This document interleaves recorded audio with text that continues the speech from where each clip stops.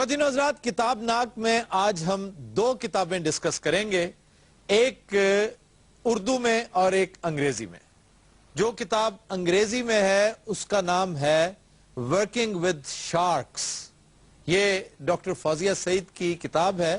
یہ in fact fiction کے انداز میں، ناول کے انداز میں ایک طرح کی رپورتاج ہے، جس میں مصنفہ کا اصرار ہے کہ یہ سچے واقعات پر مبنی ایک کہانی ہے، جس کا موضوع بڑا ہی دلچسپ ہے۔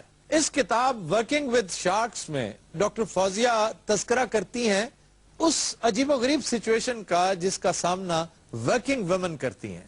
کام کرنے والی دفاتر میں آنے جانے والی خواتین کو جن جن مشکلات کا سامنا کرنا پڑتا ہے، خصوصاً مردوں کے ہاتھ سے، یعنی ہراسمنٹ جو ہے، خاص طور پر ہراسمنٹ کا اس سے تعلق ہے۔ مصنفہ نے دلچسپ انداز میں ایکسپلین کیا ہے کہ جب یہ یو این کا ادارہ UNDP میں ملازمت کرتی تھی، اس قیام کے دوران اس عرصہ پر محیط یہ کہانی ہے، اور جس میں ایک کیریکٹر ہے، چند مصلحتوں کی بنا پر انہوں نے مخفی رکھا ہے۔ اس کا نام طارق ہے۔ طارق نام کا ایک کیریکٹر ہے جو ان کا افسر تھا۔ وہ خواتین کے معاملے میں اسے پریڈیٹر کہا جاتا تھا۔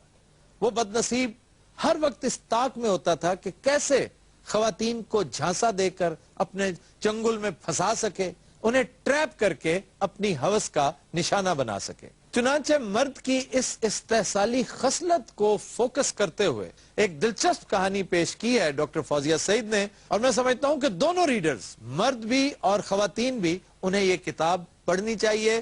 یہ مسٹ ریڈ کتاب ہے۔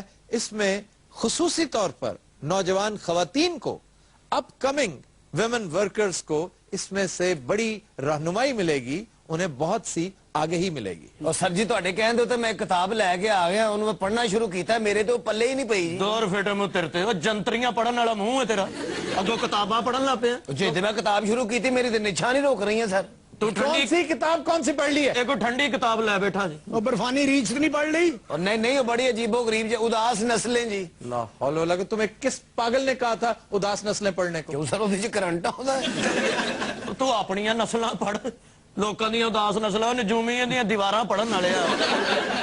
اس حوالے سے میری گزارش ہے خواتین حضرات کہ ہر ناول، ہر کتاب، ہر تحریر ہر ایک کے لیے نہیں ہوتی۔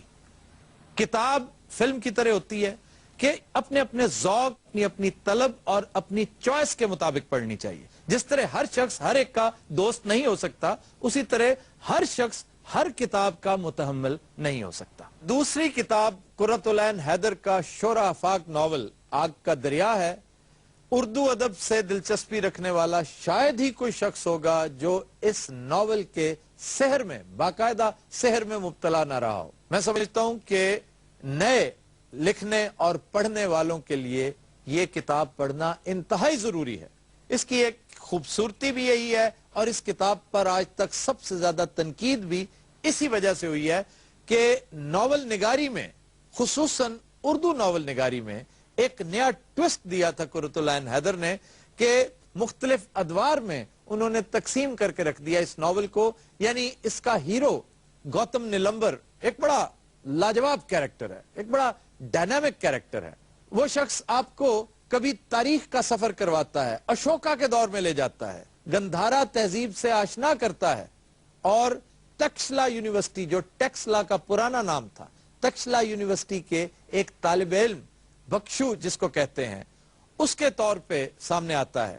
وہی شخص انگریز دور میں بھی آ جاتا ہے، اور وہی شخص آپ کو ماڈرن دور میں بھی نظر آتا ہے۔ اور اکیلا گوتم ہی نہیں، اس کے ساتھ 4-5 کیریکٹرز ہیں جو پیرلل اس کے ساتھ ساتھ چلتے ہیں، جن میں ہری شنکر ہے، بڑا اہم کیریکٹر ہے، پھر ابو منصور کمال الدین ہے، اور پھر چمپاوتی نہایت خوبصورت، بڑا پاورفل کیریکٹر ہے اس ناول کا۔